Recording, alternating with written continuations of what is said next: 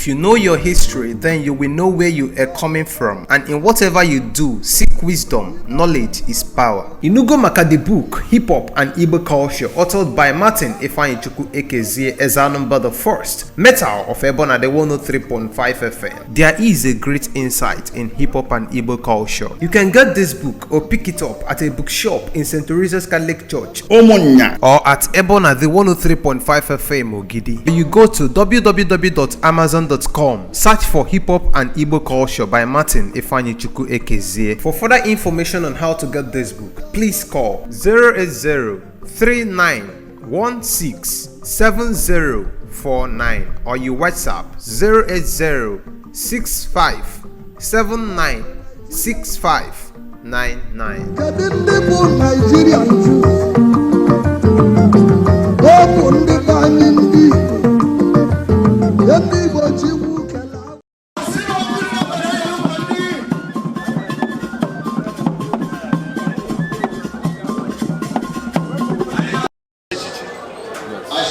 I will say I am malo.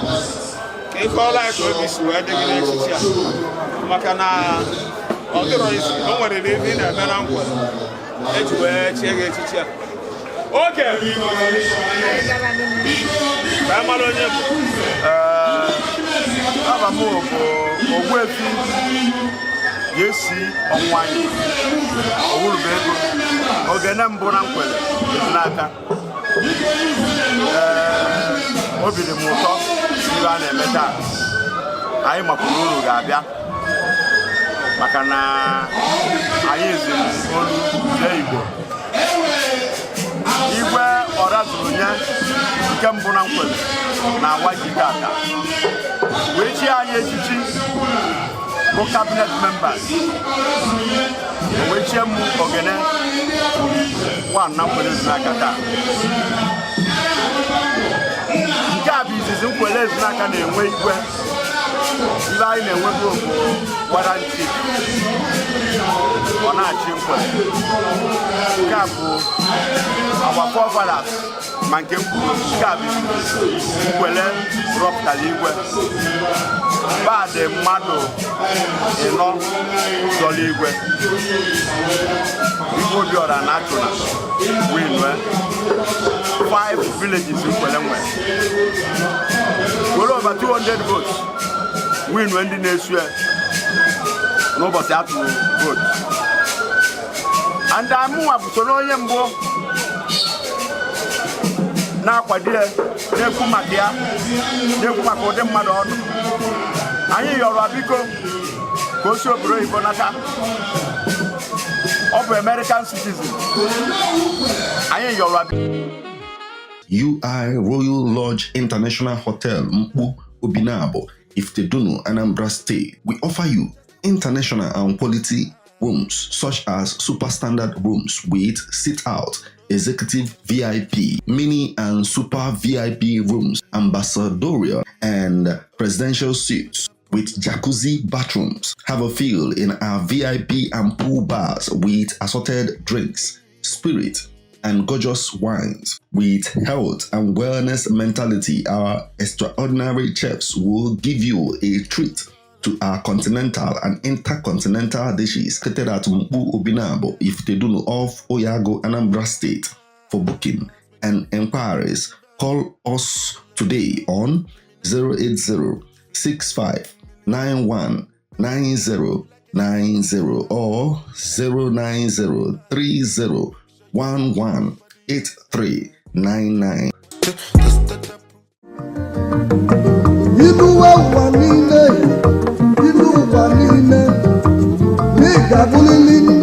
If you know your history, then you will know where you are coming from, and in whatever you do, seek wisdom. Knowledge is power. Inugo maka the book Hip Hop and Igbo Culture, authored by Martin Ifeanyichukwu Ekezie Ezanumba the First, Metal of Ebona the 103.5 FM. There is a great insight in hip hop and Igbo culture. You can get this book or pick it up at a bookshop in St. Teresa's Catholic Church, Omonya, or at Ebona the 103.5 FM Ogidi. You go to www.amazon.com, search for Hip Hop and Igbo Culture by Martin Ifeanyichukwu Ekezie. For further information on how to get this book, please call 080 08039167049 or you WhatsApp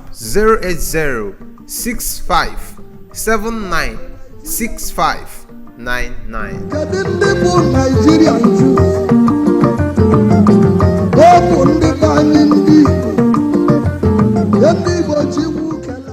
Deli akwọ si abịa ma ọchịa Nkwelle na ọ ga-adị mma ma ọchịa Nkwelle ọdụkata wee kweta abịa Nkwelle wee kwuo okwu ime elekshọn igwe a 3 good years ekwugide omebie megide ọkụ n'ụbọchị emere elekshọn Nkwelle ebe na-ese pụta na ịtọ tụọ vootu igwe ọda tụrụnye win wee chie enyi igwe Nkwelle Ezunanka gbakọba megịnị chie enyi igwe nye ọfọ si achịba Nkwelle so tata bụ awa mji izuzu ọ na-awa sinsi ọ bụrụ igwe wee kwe na a ga-echi anyị echi tata na vileji dị si na Nkwelle ọ wepụtasị mmadụ na-abụ dịka ọrụ anyị si dị wee chie m ogene n'ụbọchị nke taa so ana m asị na ọ ga-adịrị ya mma ọ ga-adị ka nka ọ ga-echike igwe nka ọ ga-edozi Nkwelle ana Nkwelle ga-echebe ya na ezinụlọ ya nye ibe akụ nye ibe enwe nye amamihe onye Solomon ka ọ wee dozie Nkwelle a na-asụ unu nwa nnọọ na ọ ga-abalị unu ebe unu siga unu ya na-arụkwa n'udo na ọnwụ ekene m unu ekenegoro nne ị na-anya fụ na ya bụ ndị nta akụkọ dị ebe dị iche iche Iluwe ụwa niile n'ịgabụlili ndị If you know your history, then you will know where you are coming from. And in whatever you do, seek wisdom. Knowledge is power. Inugo maka the book, Hip Hop and Igbo Culture, authored by Martin Ifeanyichukwu Ekezie Ezanumba the First, Metal of Ebona the 103.5 FM. There is a great insight in hip hop and Igbo culture. You can get this book or pick it up at a bookshop in St. Teresa's Catholic Church, Omonya, or at Ebona the 103.5 FM Ogidi. You go to www.amazon.com, search for Hip Hop and Igbo Culture by Martin Ifeanyichukwu Ekezie. For further information on how to get this book, please call 08039167049 or you WhatsApp 08065796599. kedu ndị bụ Nigerian Jews? Ọ bụ ndị be anyị ndị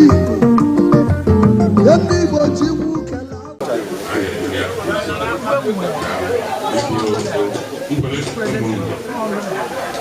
Akunenyi Udo, distinguished past chairman, youth Nkwelle Ezunanka, Nkwelle ji wee bụrụ nnekwu obodo.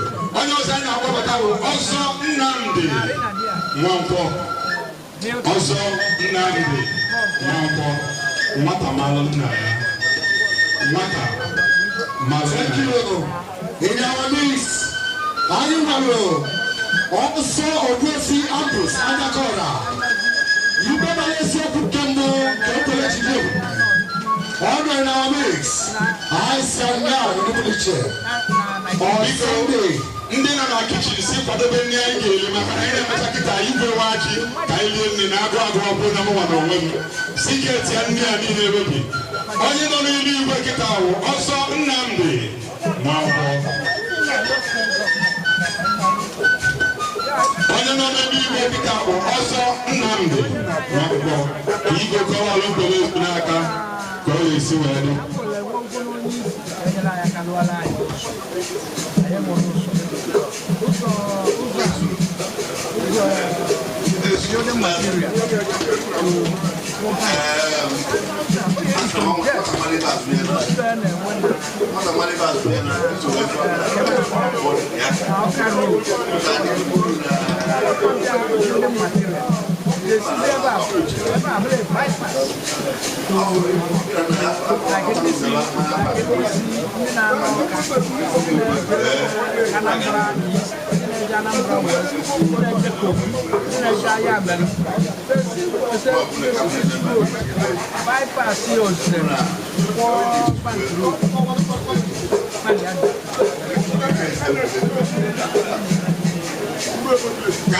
Nkwelle Ezunanka.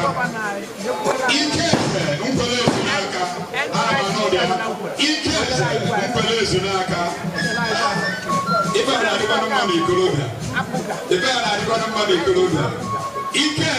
Nkwelle Ezunanka. Ọwụlọ Belefe. A very big congratulations to you, sir. Nkwelle Ezunanka. Onye ọzọ anyị na-atụ anya. There's no way we'll end this here.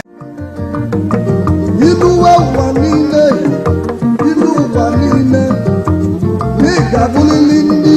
If you know your history, then you will know where you are coming from, and in whatever you do, seek wisdom. Knowledge is power. Inugo maka the book Hip Hop and Igbo Culture, authored by Martin Ifeanyichukwu Ekezie Ezanumba the First, Metal of Ebona the 103.5 FM. There is a great insight in hip hop and Igbo culture. You can get this book or pick it up at a bookshop in St. Teresa's Catholic Church, Omonya, or at Ebona the 103.5 FM Ogidi. You go to www.amazon.com, search for Hip Hop and Igbo Culture by Martin Ifeanyichukwu Ekezie. For further information on how to get this book, please call 08039167049 or you WhatsApp 08065796599. Kedu ndị bụ Nigerian Jews? Ọ bụ ndị be anyị ndị Igbo. Ndị Igbo ji iwu kelee.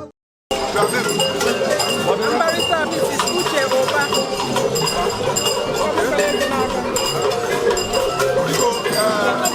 Tell us how you feel. The occasion is very eventful. A lot of people are here. I'm happy. People are happy. It's the first of a kind since we had an Igwe after about 30 years. So it was first Igwe last year. So the turnout is welcoming, and we are happy. Tell us what this elevation will do to your life of service. What will be your motivation? Well, this will motivate me in a lot of things. My younger ones, people behind me, they can be motivated to be like I am today. Because women being in New York these days is getting more common. People are having more awareness of women being free. It's not more relegated to the men anymore. So I think this women is more encouraged. Women are more in leadership now. So we're going to do a lot for our culture. What will be your advice for the women in general? Women in general, keep pushing. What a man can do, a woman can do better. What will be your Inuwe ụwa niile, inu ụwa niile, n'ịgabulili ndị. If you know your history, then you will know where you are coming from, and in whatever you do, seek wisdom. Knowledge is power. Inugo maka the book Hip Hop and Igbo Culture, authored by Martin Ifeanyichukwu Ekezie Ezanumba the First, Metal of Ebona the 103.5 FM. There is a great insight in hip hop and Igbo culture. You can get this book or pick it up at a bookshop in St. Teresa's Catholic Church, Omonya, or at Ebona the 103.5 FM Ogidi. You go to www.amazon.com, search for Hip Hop and Igbo Culture by Martin Ifeanyichukwu Ekezie. For further information on how to get this book, please call 08039167049 or you WhatsApp